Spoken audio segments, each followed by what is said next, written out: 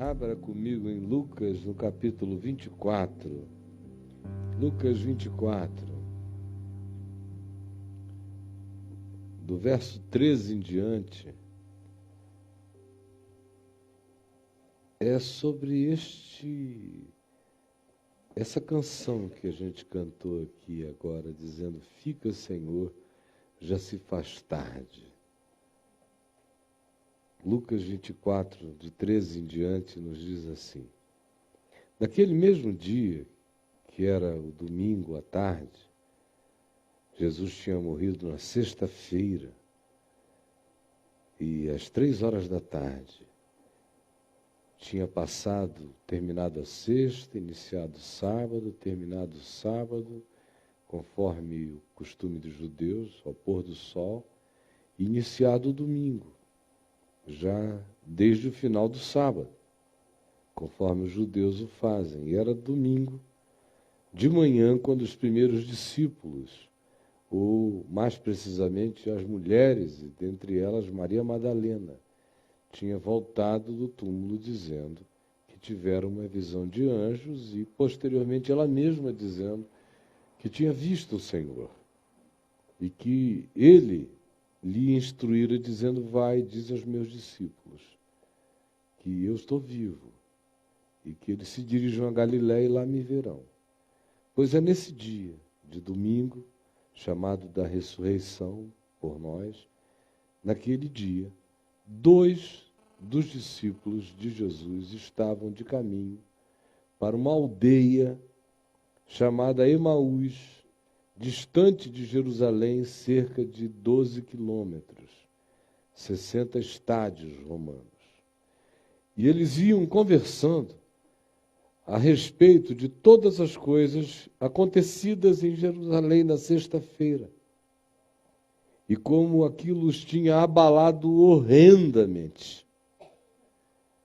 Aconteceu que, enquanto eles conversavam um com o outro, discutiam, e estavam com o espírito atormentado, aflito, angustiado, frustrado, de certa forma zangado, o próprio Jesus se aproximou e ia com eles. Mas os olhos deles estavam como que impedidos de o reconhecer. Primeiro, porque não esperavam que o morto estivesse vivo. Em segundo lugar, porque não tinham a menor ideia de como era a manifestação de alguém que tinha passado pela ressurreição. Não essa ressurreição de experiência de quase morte, que se volta apenas, muitas vezes, impressionado, mas o que se machucou, se machucou.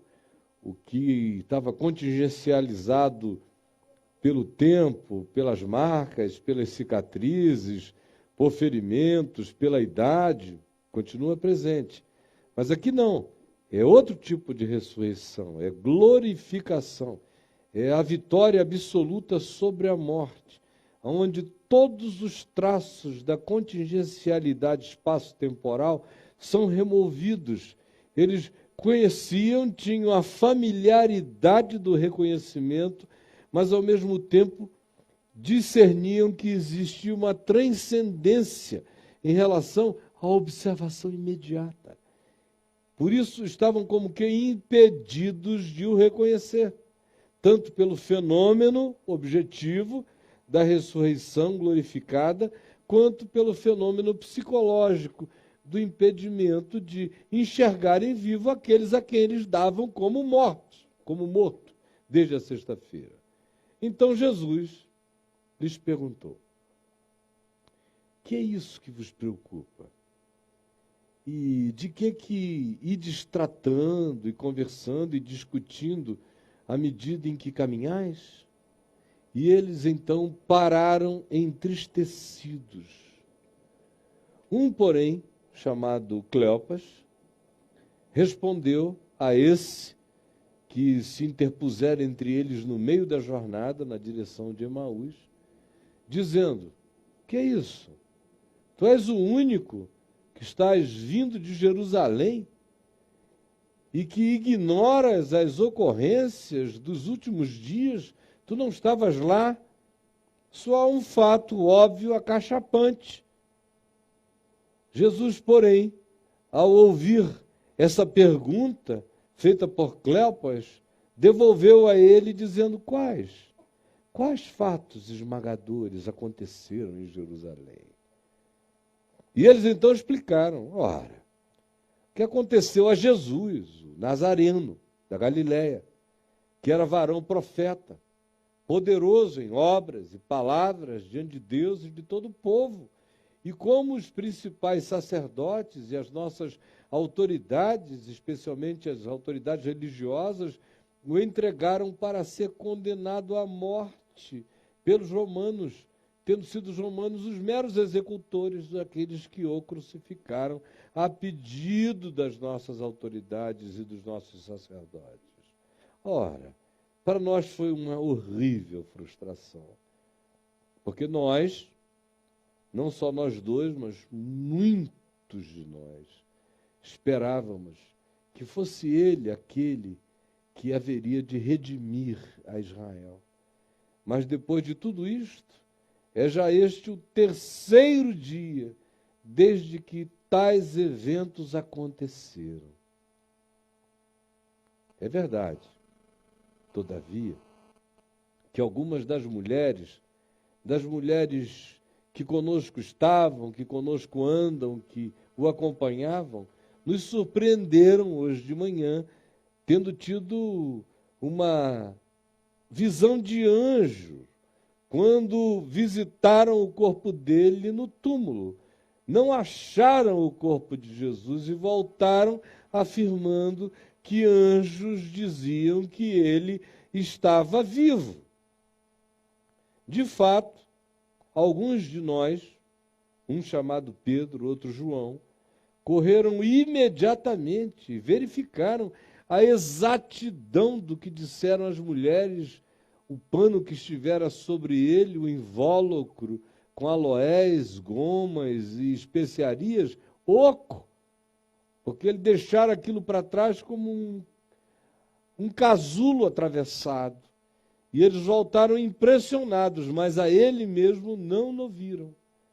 Então Jesus lhes disse: ó tolos, nécios, embotados de percepção e tardos, atrasados de coração para crerem em tudo que os profetas profetizaram e disseram. Porventura, vocês não lembram que convinha que o Cristo padecesse e só então depois entrasse na sua glória? E começando por Moisés, no Velho Testamento, discorrendo por todos os profetas, o próprio Jesus expunha-lhes o que a seu respeito constava em todas as Escrituras do Velho Testamento. E quando se aproximaram da aldeia para onde iam, chamada Emaús, Jesus fez menção de passar adiante na direção do mar Mediterrâneo. Mas eles o constrangeram, dizendo: fica conosco, o sol já se põe, é tarde, o dia já declina, entra com a gente. E Jesus então entrou para ficar com eles aquela noite. E aconteceu que quando estavam à mesa, tomando Jesus o pão, o abençoou como sempre o fizera, e tendo partido o pão lhes deu. Então se lhes abriram os olhos e o reconheceram, mas ele imediatamente desapareceu da presença deles. Então eles olharam um para o outro e disseram: porventura não nos ardia o coração quando ele pelo caminho nos falava, quando nos expunha as Escrituras? E na mesma hora, levantando-se os dois, voltaram para Jerusalém, aonde acharam reunidos os 11 e outros discípulos com eles, os quais diziam: o Senhor ressuscitou e já apareceu também a Pedro. Então os dois contaram o que lhes acontecera no caminho e como Jesus fora por eles reconhecido quando partiu o pão. Essa é uma história da ressurreição carregada de muita poesia, de muita beleza. Esses dois homens andando na direção do pôr do sol. Emaús significa o lugar onde o sol se põe. E eles estavam andando na direção do sol que enterra lá no Mediterrâneo. Foi nesse trajeto entre Jerusalém e o caminho do mar que Jesus apareceu a eles, e eu já descrevi as circunstâncias. E o que eu quero conversar com você hoje é sobre essa pergunta de Jesus. Sobre o que é que vocês vêm falando, discutindo e tratando à medida em que caminham? Porque eu vejo que vocês estão angustiados. Sobre o que vocês vêm tratando à medida em que vocês vêm caminhando? O que? Qual é o assunto? Qual é a questão? O que ocupa a mente, o coração? O que faz vocês andarem tão aflitos e tomados por esse espírito de uma zanga frustrada? Um sentimento de que as coisas não deram certo. O que não deu certo para você? Fale. E eles pararam entristecidos, zangados mesmo, como se fosse obrigação de qualquer pessoa que tivesse estado em Jerusalém poder saber exatamente o que tinha acontecido um dia antes, na sexta-feira, um dia e pouco antes. E disseram: és tu o único? Onde é que tu estavas? Que alienado és tu, que não sabes o que aconteceu lá. As ocorrências dos últimos dias.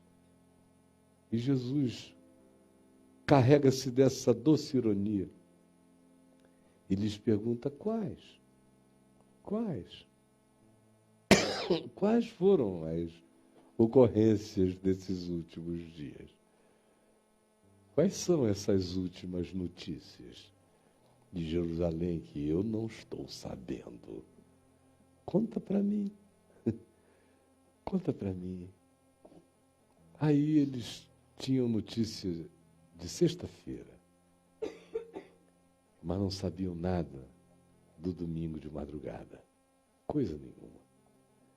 Era uma história de frustração, de morte, de cruz, de injustiça, de iniquidade, de autoridades corruptas, corruptoras, de povo volúvel que não sabe escolher, que escolhe a Barrabás e não aquele que os poderia salvar de si mesmos, zangados com as manipulações políticas que aconteceram nos vários níveis e instâncias de poder, como os próprios romanos, sem nenhuma convicção de que deveriam fazer aquilo, cederam apenas para não criarem um clima de insatisfação nas autoridades, que já tinham contratado pessoas que estavam sendo pagas para expressarem uma vontade, uma deliberação contratada, gritada contra Jesus, como aquilo tudo,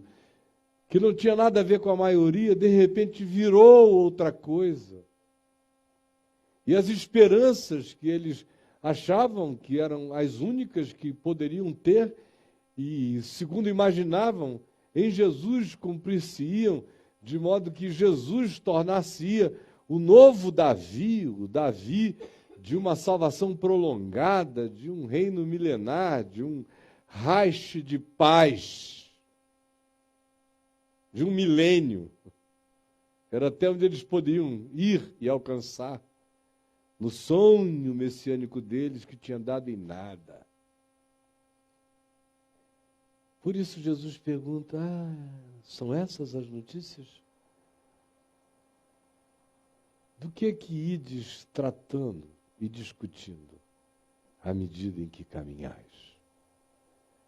Eu estava fora do país e todos os dias olhava as notícias aqui de dentro e às vezes dava umas angústias, umas agonias, porque eu fui menino e eu ouvia os velhos me falarem do que o Brasil podia ser, mas nunca se tornava. Depois eu fui vendo os velhos morrerem e fui vendo os meus pais dizendo: ainda não aconteceu, mas quem sabe acontecerá, tem potencial para isso. Depois eu mesmo me tornei um homem adulto, enfronhado em milhares de coisas no país e lutando por todas as causas que me pareciam ser injustas em favor dessa possibilidade de que esse lugar fosse um lugar bom para todos. E década após década, movimento após movimento, esperança após esperança, a gente vai vendo as coisas, às vezes, fazerem acenos de possibilidades e logo depois serem esmagadas por nós mesmos, pela nossa insensatez, pela nossa idiotice, pela nossa corruptibilidade, pelas nossas escolhas treslocadas, pela nossa maluquice coletiva. É tudo muito estranho e a gente volta dezenas de casas atrás, e o que parecia se tornar agora um vislumbre de possibilidades novas, de repente retroage. E retroage para perspectivas que a gente nem podia imaginar e com uma subtileza, com uma rapidez impensáveis muitas vezes. Isso numa perspectiva maior.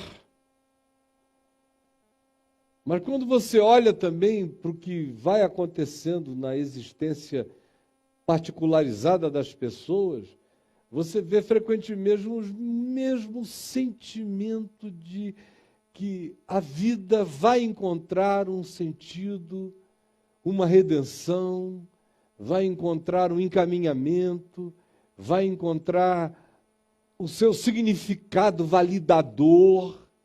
Aí, de repente, o que a gente pensava que era, não era, ou quem a gente pensava que poderia ser, mostra-se não sendo, ou aquilo que a gente sonhava que nos traria aquele tipo de estabilidade ou realização, apresenta-se vazio e o coração se frustra. De modo que a grande maioria aqui, tanto quanto ali ou em qualquer outro lugar, me assistindo, são pessoas que, se olharem para dentro de si mesmas, vão admitir que a jornada, a caminhada, a direção do pôr do sol para onde todos estamos andando, nosso destino é Emaús. O sol se põe diante de nós, o tempo vai passando. Um dia ele nasceu, para alguns ele está assim, ao meio-dia, para outros ele começa a se pôr. E o caminho de todo mundo é na direção de Emaús. Chega um dia em que o sol se põe mesmo. Fica tarde, o dia declina e a esperança morre. E o que é divinamente lindo nessa poesia do domingo de ressurreição é Jesus chegar e fazer essa pergunta. É ter essa vontade de se embolar com a nossa frustração. Do que ides tratando e discutindo à medida em que caminhais? Que trato, que conversa, que assunto é esse, que angústia é essa que é a mesma pergunta que o Espírito de Deus, nesse domingo de ressurreição, não como uma data, mas como um momento existencial de consciência, vem a mim, a você, e traz e pergunta, repetindo essa vontade ininterrupta de Deus em Cristo de se meter na nossa vida mesmo. De questionar nossas conversas, de querer discutir as nossas discussões, de pedir razões para as nossas apreensões, de pedir que nós reflitamos sobre os temas dos nossos medos, dos nossos pânicos, das nossas incertezas, das nossas frustrações, fazendo-nos perguntar qual é o sentido, afinal, de cada um de nós, se a gente está andando apenas na direção de Emaús, do pôr do sol, ou se nós somos filhos do sol nascente das alturas, que nunca morre, sol de vida eterna. Qual é o assunto da sua caminhada, da sua mente? O que enche a sua mente? O que ocupa seu pensamento, seus sentimentos, suas emoções? O que infarta você de desesperança, de cansaço, de tristeza, de desapontamento, de profunda frustração, de mais do mesmo e do mesmo que nunca traz nada a mais a não ser nada?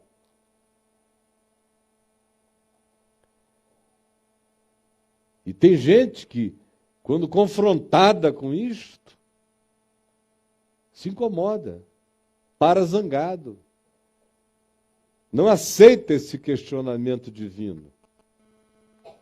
Parece que há uma provocação irônica, sarcástica. A vontade é de dizer, escuta, tu és o único que não sabes o que está acontecendo. Vocês viram quantos pedidos de oração aqui, de gente que pede por trabalho, tanto quanto a viúva que tem que criar um filho de 10 anos. Ou a esposa aflita orando pelo marido que recebeu implante de milhões de células-troncos para ver se não morre prematura e anacronicamente. E tantas outras coisas. E sentimentos e relacionamentos que deram em nada. Pessoas que eram pura mentira. Gente em quem a gente depositou confianças que simplesmente se dissolveram diante de nós. Evaporaram-se. Há uma existencialidade de uma sexta-feira de tristeza plantada frequentemente na alma da gente. E se a gente não toma cuidado, essa sexta-feira se torna uma sexta-feira perene, uma sexta-feira crônica, uma sexta-feira sindrômica, uma sexta-feira contínua, uma sexta-feira sem interrupção. Vira o tema da gente, o assunto da gente, um dia depois do outro, nunca mais vai mudar. Há certas coisas que são tão carregadas de esperança para a gente, que quando são crucificadas, que quando são mortas, que quando perecem diante dos nossos sentidos, parecem nos deixar num estado de irrecuperabilidade. A alma não sabe mais o caminho da esperança. Ou, como diz o Salmo, nega consolar-se, se auto-boicota, bebe as próprias lágrimas como remédio, gerando um amargor contínuo, uma paixão nostálgica que deprime para sempre. Esse é um dos males mais espalhados no planeta todo. Todo ele. E o pânico que vem dessa desesperança. O sentimento de desamparo. Ora, nós pensávamos que ele fosse aquele que nos havia de redimir, mas não. A gente pensou que era dessa vez, mas não. Tem um monte de gente aqui hoje que pensou que era dessa vez. Pensou que era esse cara, pensou que era aquela mulher, pensou que era esse trabalho, pensou que era essa época da vida que te traria descanso. Pensou. Sonhou, imaginou. Se projetou para um futuro diferente.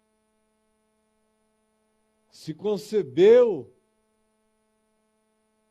com a idade que você está, vivendo o dia de hoje de um outro modo. E é frequentemente muito mais assim que a existência se mostra do que de qualquer outra forma, do que de qualquer outra maneira. Quem é aqui, ou em qualquer lugar, que pode honestamente dizer que tudo aquilo que sonha, espera, imagina, deseja, concretiza-se na sua vida? Quem ainda tem essa impressão é porque não mudou de fase. É só isso. Outro dia eu ouvi alguém dizer que filho da gente, por exemplo, é como videogame. Cada nova fase fica mais difícil. E você vai descobrindo que não tem fase mais fácil do que quando sai do ventre. Ali é fácil demais. Qualquer idiota. Qualquer idiota. Se entregar na mão de uma chimpanzé mãe, ela não vai deixar morrer. O filho do humano. Agora, quando a fase vai mudando, o game vai mudando, quanto mais o game muda, mais difícil é a nova fase. Aí você está aqui hoje com a cabeça branca, crendo que a essa altura todos os filhos já estariam pacificados e os que têm mais idade ainda, que os netos também seriam aqueles netos adocicados, apaixonados por você, e os filhos são distantes e os netos indiferentes. E o homem que você diz que ama é esquisito. E a mulher que você chama de minha parece não ser sua, nem de ninguém. E todo mundo muito oco. Olha para si mesmo e diz, poxa, que desperdício é a minha vida. Eu sou inteligente, eu sou bonito, bonita, sou forte, trabalho, sou funcional, mas eu não consigo atingir. Eu pensava que seria, mas não é. E quantos aqui não falam com Deus, não oram a Deus, informando a Deus, como se Ele fosse o único que não soubesse da gente, nem do que aconteceu na nossa vida. A maioria das nossas orações são tentativas de informação a Deus sobre o que Ele não sabe. Tu és o único que não estás sabendo de mim. E me convidas a crer. E me interpelas. E me questionas. Qualquer um sabe. Por isso que os meus melhores amigos não são Deus. Eles sabem o meu perrengue. Agora Deus fica dizendo, escuta, qual? O que, meu filho? Está pensando que não dói? A gente cria. A gente apostou tudo. Nós deixamos um monte de coisas para trás e fomos juntos com Ele. Olha só no que deu.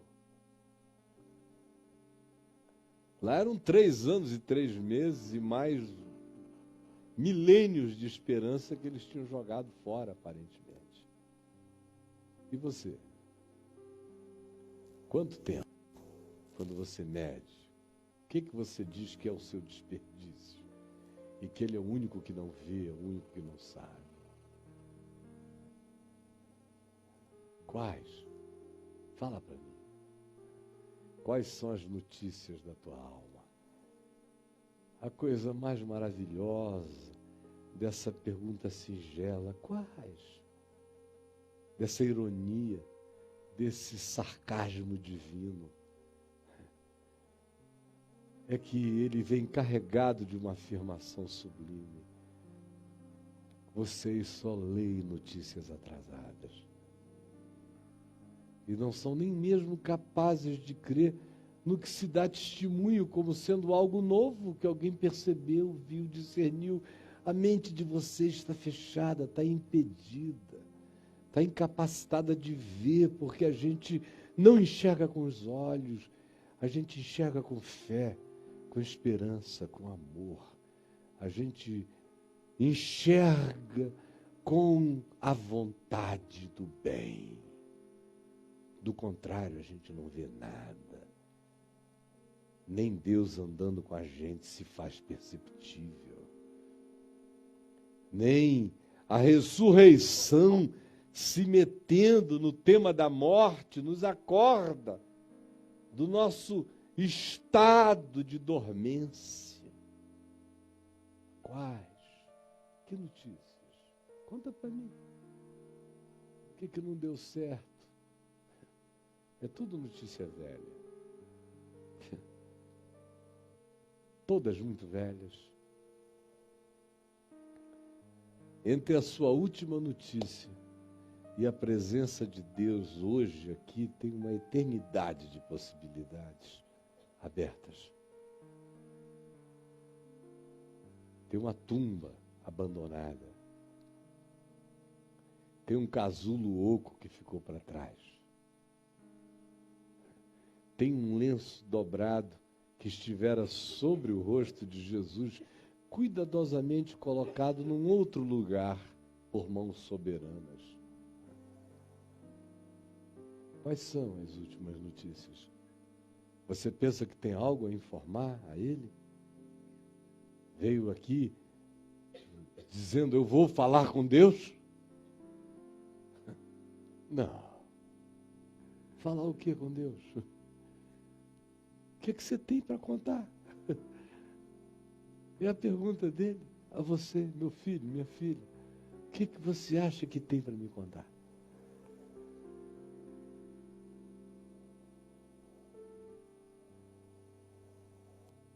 Você só tem notícia velha.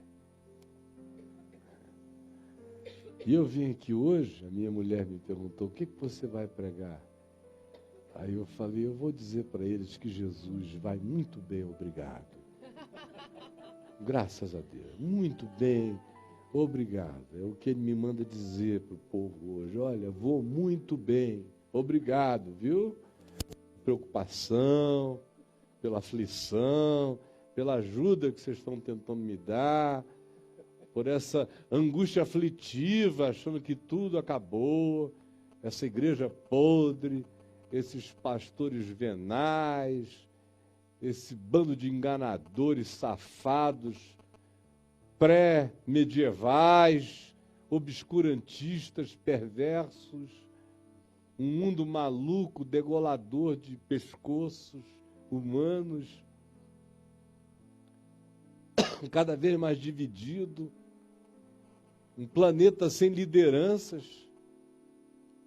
São filhos da Putin na Rússia, até os nossos capazes de se meterem assim, de maneira gelecosa, lulesca, em qualquer buraco e nada pega, é uma gosma que não apresenta nenhuma densidade, parece que a terra está podre, está tudo podre, as religiões não prestam, os sistemas adoecidos, família morrendo,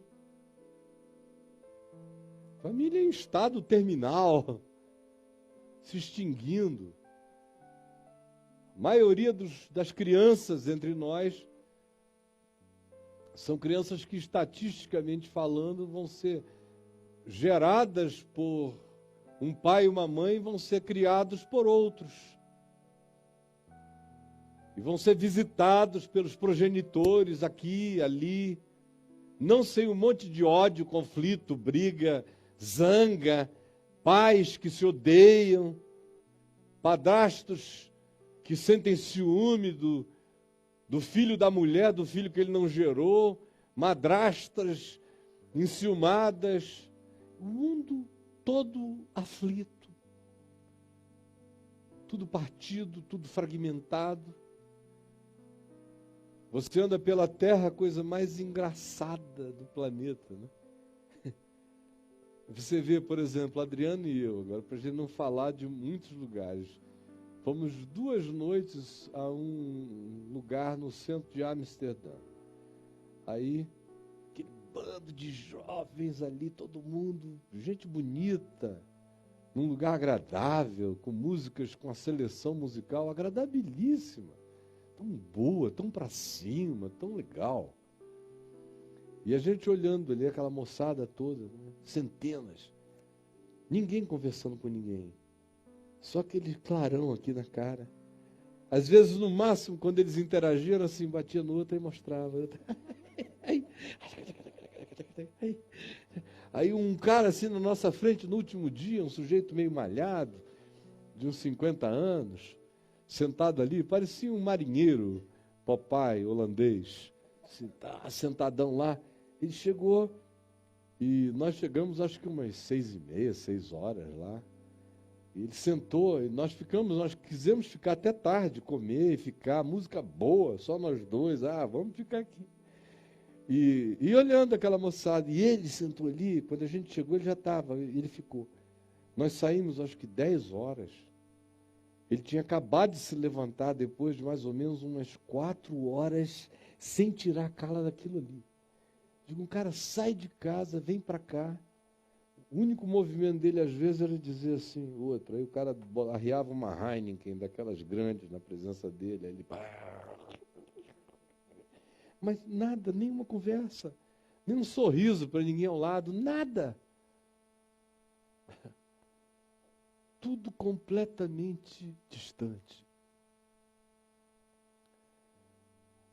Aí, parece que essas são as únicas notícias. São os únicos cenários. Eu encontro toda hora pessoas dizendo, nesse cenário, tudo que eu de fato não quero é estar nada nesse mundo. Para quê? E se você for completamente racional na sua funcionalidade, na sua aritmética, talvez você chegue, logicamente, a uma conclusão desse tipo. Para quê? É melhor que eu seja o último da minha casa. Que em mim as sequências acabem. Para que dar sequência a qualquer coisa?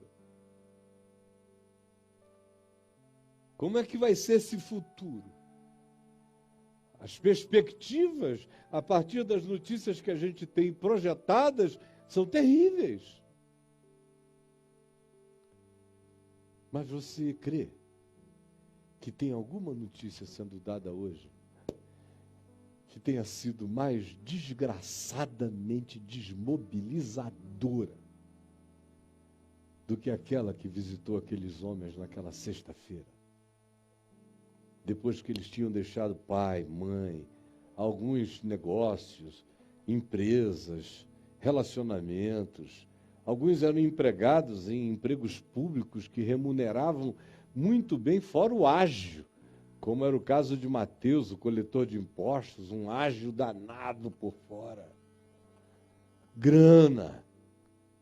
E se envolveram com Jesus, com um sonho de amor, de graça, de perdão, de transformação da mente, do coração.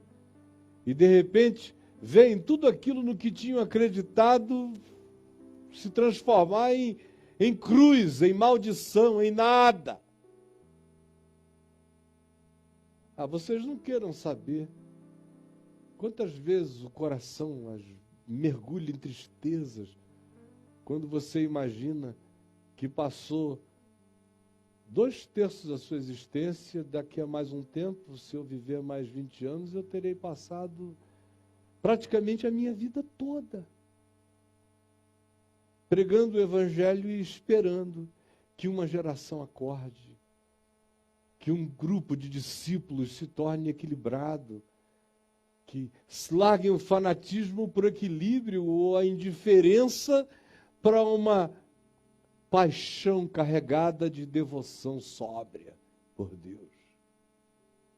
E vem ano, sai ano, e você acorda de madrugada, e você sai, e pega avião às 4, e volta de madrugada, e prega o dia inteiro, os pés incham, as veias dilatam, você cansa, vive rouco, o peito dói de não parar de falar, a mente arde de cansada de pensar, e você não tem tempo para você, não tem feriado, não tem nada, é um dia depois do outro, e é gente, e você enxugando gelo, década após década, esperando que melhore, e parece que a cada nova geração as pessoas pioram, sabem menos, ou estão mais indiferentes, ou estão mais fanáticas, ou mais glacializadas, e o amor vai se esfriando de quase todos. E parece que a última notícia é essa. E a vontade que dá é dizer, chega. Aí vem o Senhor e diz, qual mesmo é a última notícia? A tua última notícia é essa? Olha, há certas coisas que a gente só vai discernir hoje no partir do pão, como aconteceu com eles naquele dia. Porque Jesus, quando ouviu qual era a história deles, que era a notícia de sexta-feira da paixão, era Charlie Hebdo, eles estavam ainda naquela, eu sou Charlie. A tristeza. Jesus começou a expor a eles tudo o que a seu respeito constava em todas as Escrituras. Como ele era o sonho de todos os profetas. E termina dizendo, será que vocês não tinham entendido que o padecimento, a dor faz parte e precede a glória? Convém que o Cristo padeça e entre na sua glória, convém que o discípulo padeça e entre na sua glória, convém que cada um de nós conheça o significado da realidade e não se deixe esmagar por ela, mas seja salvo pelo poder da glória, dessa invasão de ressurreição e de vida. O coração deles ardia. É o que diz aqui.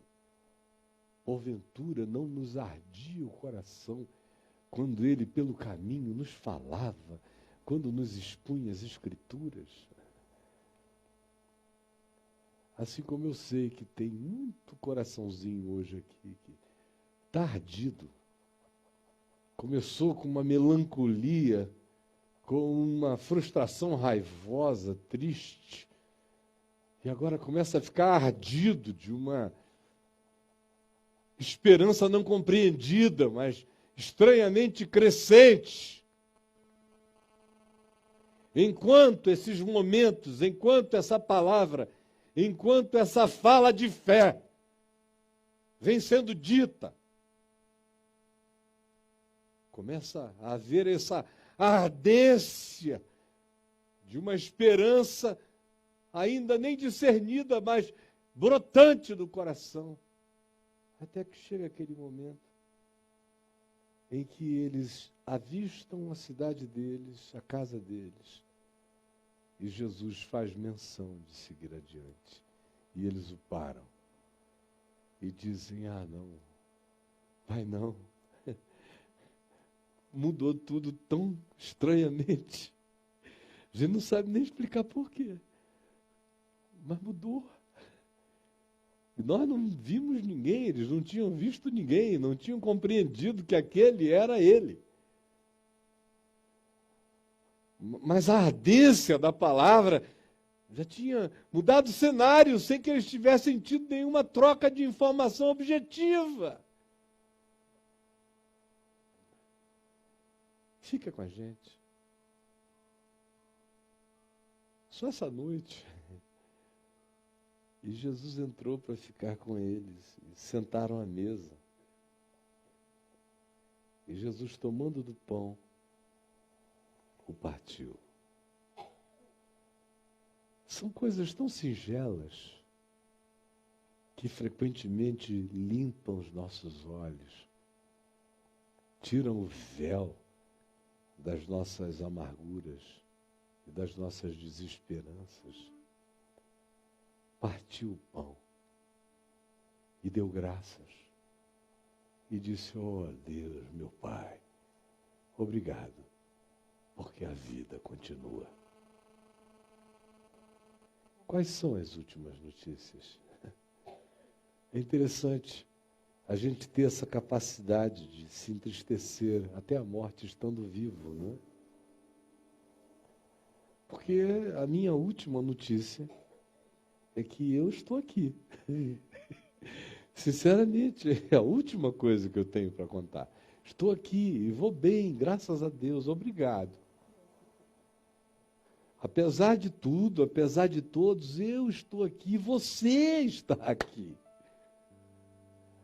Agora, às vezes a gente não quer nem assumir a última notícia mais básica, que é essa. Não importa o que esteja acontecendo, eu estou aqui. Eu estou vivo, meu coração está ardendo, ele muda o meu assunto no caminho, ele me implanta sementes de esperança,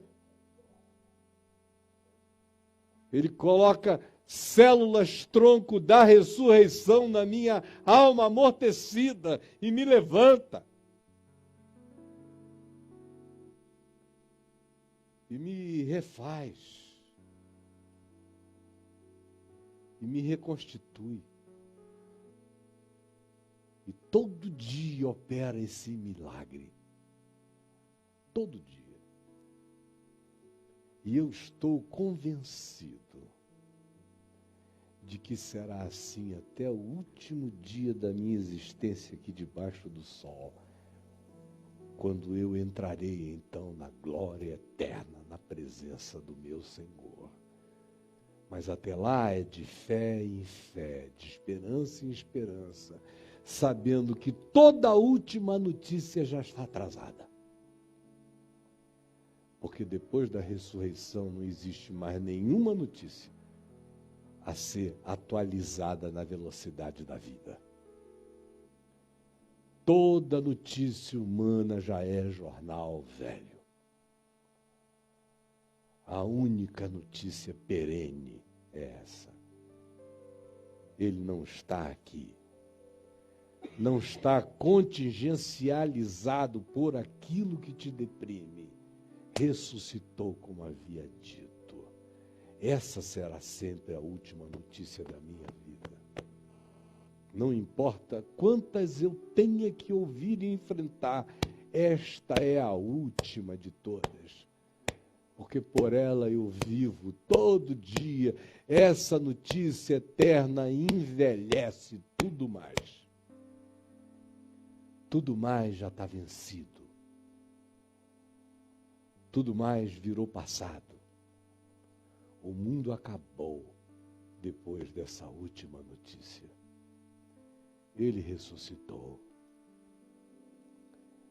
Volte para casa hoje, ou você que me assiste em lugares tão remotos, longínquos, gelados, solitários, em qualquer lugar da terra. Em nome de Jesus, fique cheio dessa certeza em fé. Gente, É só com base nisso que a gente vence. Só. O que vocês pensam que pode haver a mais como vitória que vence o mundo, senão a nossa fé no fato de que esta última notícia é final? Não importa o que aconteça amanhã, já vai acontecer vencido.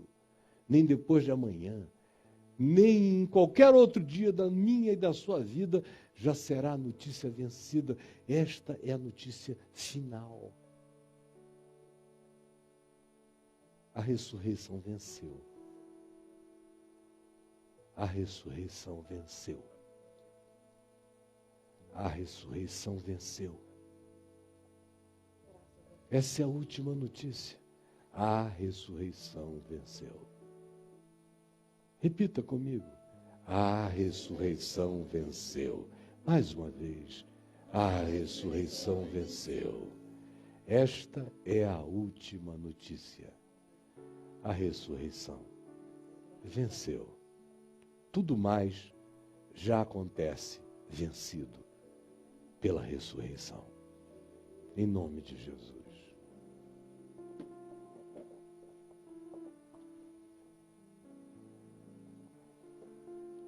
Pegue o pão.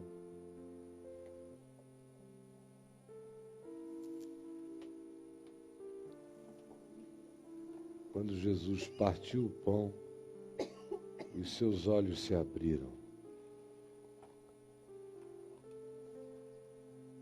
E eles entenderam que a cruz não matava, que a cruz era vida. Jesus disse antes de ir para a cruz, dando o pão a eles: "Isto é o meu corpo, que é entregue por amor de vós." Não é derrota, é a entrega do amor. Faze isto em memória de mim. E por semelhante modo, depois de haver comido o pão, ele lhes deu um cálice, dizendo: "Este é o sangue da nova aliança, que será derramado, meu sangue, em favor de muitos, do mundo inteiro. Faze isto em memória de mim todas as vezes que comerdes do pão e beberdes do cálice. Lembrem da vitória da ressurreição." Porque o meu corpo, a minha carne é verdadeira comida, e o meu sangue é verdadeira bebida. Aleluia. Fica, Senhor, já se faz tarde. Tens meu coração para pousar. Faz em mim morada permanente.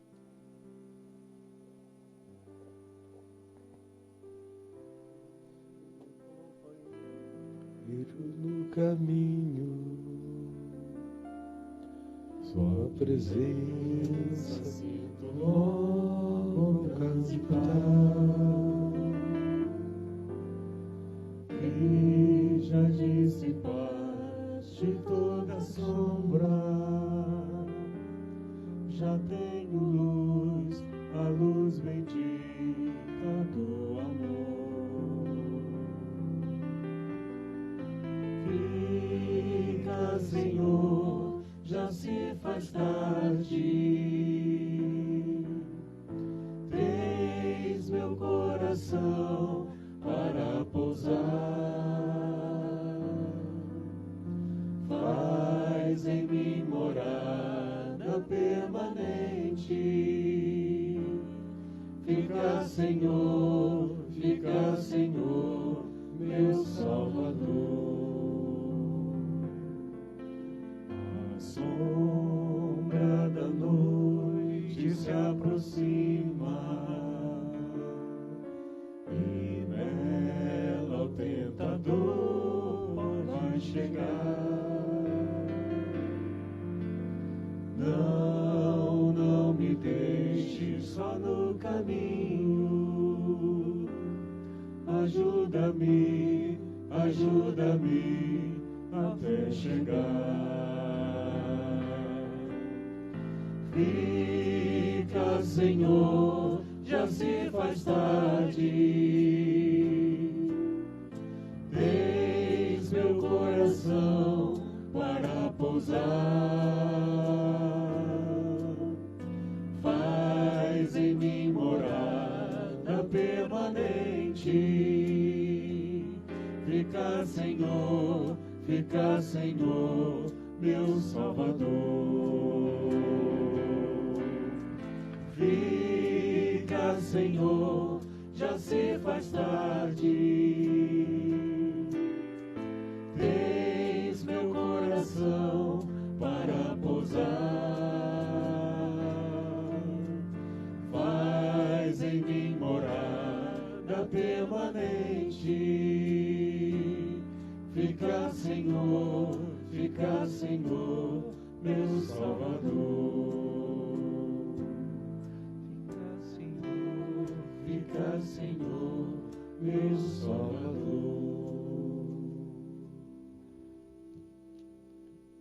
Na noite em que o Senhor Jesus foi traído, ele tomou um pão, o partiu, deu graças e o deu aos seus discípulos, dizendo-lhes: isto é o meu corpo, não é morte, é vida. Todas as vezes que comerdes este pão, comam sabendo da vitória, da ressurreição.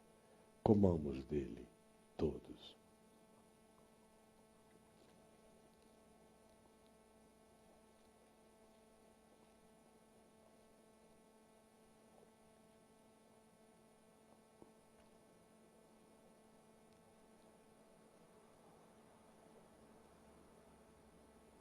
Por semelhante modo, depois de haver comido o pão, ele deu um cálice aos seus discípulos, dizendo-lhes: este cálice é a nova aliança no meu sangue, é pacto com a vida, com a ressurreição.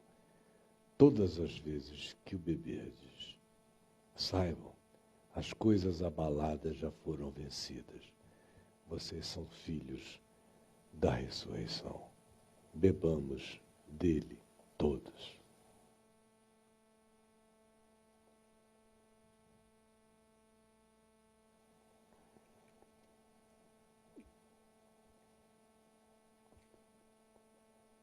Paizinho amado, muito obrigado pela quietude dessa noite de chuva, por esse silêncio, pela paz que foi tomando conta do coração deprimido, angustiado, desamparado, e agora já tomado pela certeza ardente da tua presença no ser. Obrigado por esse milagre da vida eterna, que a palavra da vida opera em nós, sobre os que estão perto e sobre os que estão longe, porque tu estás perto de todo aquele que te invoca. E agora enche-nos desse poder da vida que nos faz